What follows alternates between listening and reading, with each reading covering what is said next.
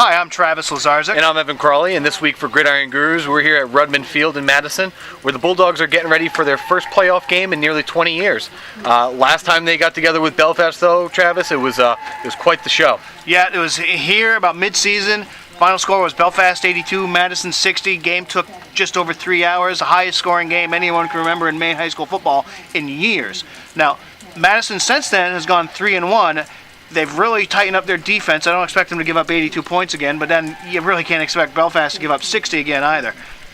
Belfast is led by Stephen Davis, a transfer from Mountain View High School, who is just seems to be a touchdown machine this year. Whenever he touches the ball, he's a threat to score. But Madison has some speed themselves with Cody Saucier, Jordan Curtis in the backfield, and wide receiver Derek LeBlanc and quarterback Chase Malloy. So it could be a high-scoring game. I don't know if it'll be as high-scoring as the last time, but it should be a good game nonetheless.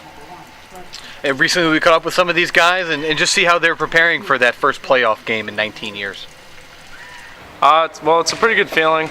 It's something that's I feel like is going to drive us on Saturday to play at another level. Hopefully, play a lot better. And it's a good feeling, but it doesn't really mean much if we don't win. So we got to get the win.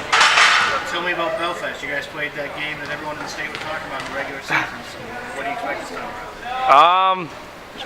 Probably expecting some defense, hopefully, this time. I don't think it'll be as high scoring, but I think it'll be a good game, and hopefully the defense comes out ready and we can take them out. So.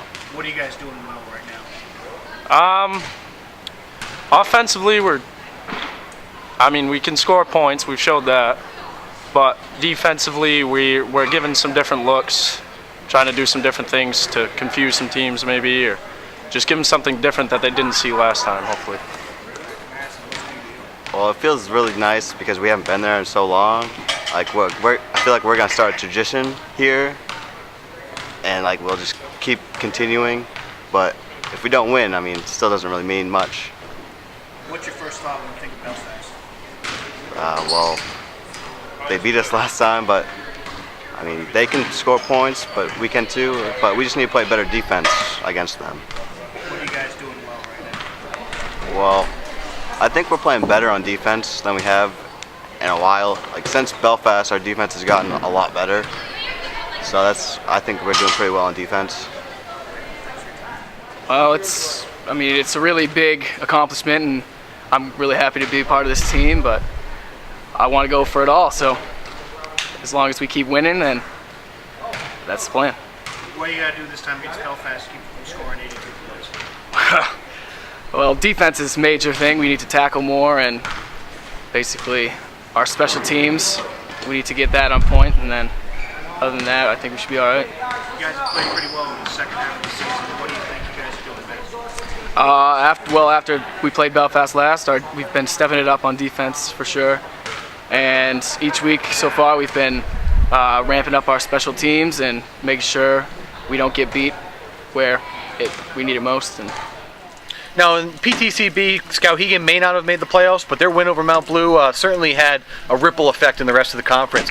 As a result, Coney, 6-2, got the number 2 seed and the first round bye that goes with it, just barely edging out Lawrence. Now, Travis, what's the rest of the PTCB preliminary round looking like?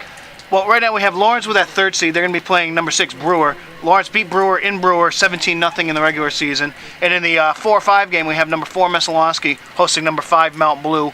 Messalonskee went to Mount Blue in the regular season, lost a close 14-7 game.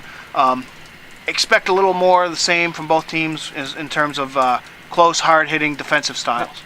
And over in Western D in the Campbell Conference, Oak Hill will host Maranacook on Saturday afternoon at 12:30.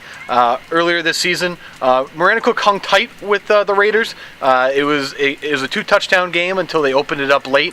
But that game was played without Kyle Flaherty, and Flaherty looked great last week in a big 28-14 win over Lisbon, rushing for more than 200 yards and 3 touchdowns. In the other game Friday night, Winthrop Monmouth, they'll travel to Old Orchard Beach. Certainly will be a big, and it'll be a close game. Last time the two teams met, Winthrop Monmouth held the lead at halftime before OOB exploded in the second half. Stopping Brian Roberts will be huge for them, as he's been a two-way threat at quarterback, both running and passing. And for more on these games and much, much more, please log on to www.centralmaine.com, as well as pick up the Kennebec Journal and Morning Sentinel newspapers. That's it for us this week. Enjoy whatever playoff games you make it to this weekend, and we'll see you next week on Gridiron Gurus.